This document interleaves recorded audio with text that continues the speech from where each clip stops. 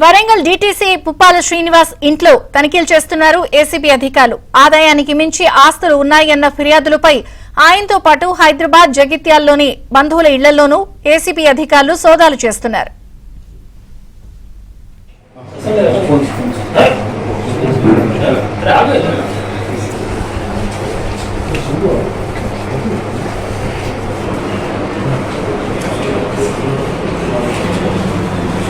కొంచెం మాకు టైం కావాలి.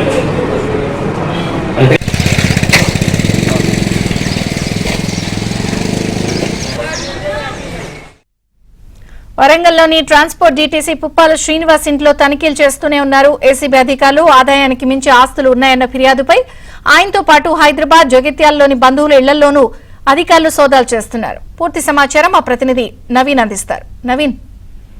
విజయచంద్రిక, ఈ ఉదయం నుంచి డిప్యూటీ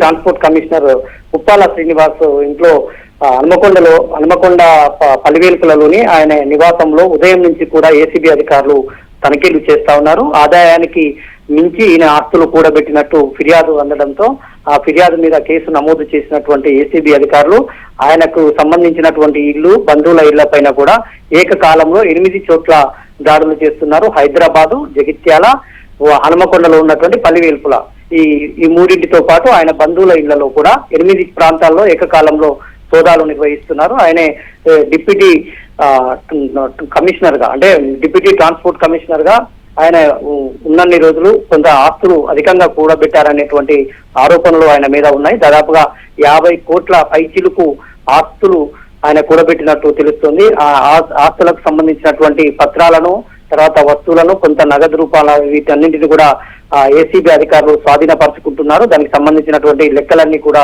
తీసుకుంటున్నారు.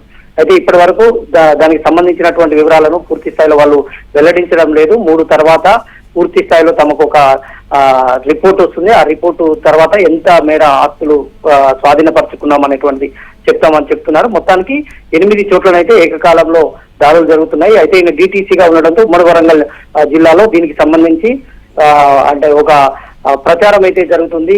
రవాణా ట్రాన్స్పోర్ట్ కు సంబంధించినటువంటి అధికారులు చాలా మంది కూడా ఇట్లా అవినీతి పరంగా ఆస్తులు కూడబెట్టారనేటువంటి ఆరోపణలు గతంలోనూ ఉన్నాయి.